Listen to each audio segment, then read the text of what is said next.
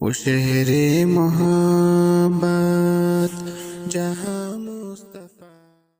ہم بائیکاٹ کے مکلف ہیں، بائیکاٹ کے نتائج کے نہیں۔ امام احمد بن حنبل رحمۃ اللہ علیہ جیل میں تھے، تو جب بھی جمعہ کی اذان سنتے تو وضو فرماتے اور جیل کے دروازے تک جاتے۔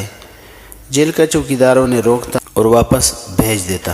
جب ان سے پوچھا گیا کہ آپ ایسا کیوں کرتے ہیں، حالانکہ آپ کو معلوم ہے کہ جیل کا چوکیدار آپ کو نماز جمعہ کے لیے جانے نہیں دے گا، تو انہوں نے فرمایا کہ میرے اختیار میں اتنا ہی ہے کہ میں دروازے تک چلا جاؤں، اور جو میرے اختیار میں ہے میں اس کا مکلف ہوں، لہٰذا میں ہر جمعے کو ایسا ہی کرتا رہوں گا، باقی اللہ جانے۔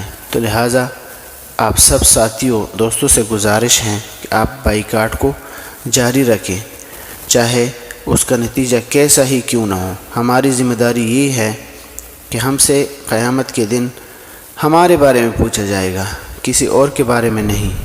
والسلام۔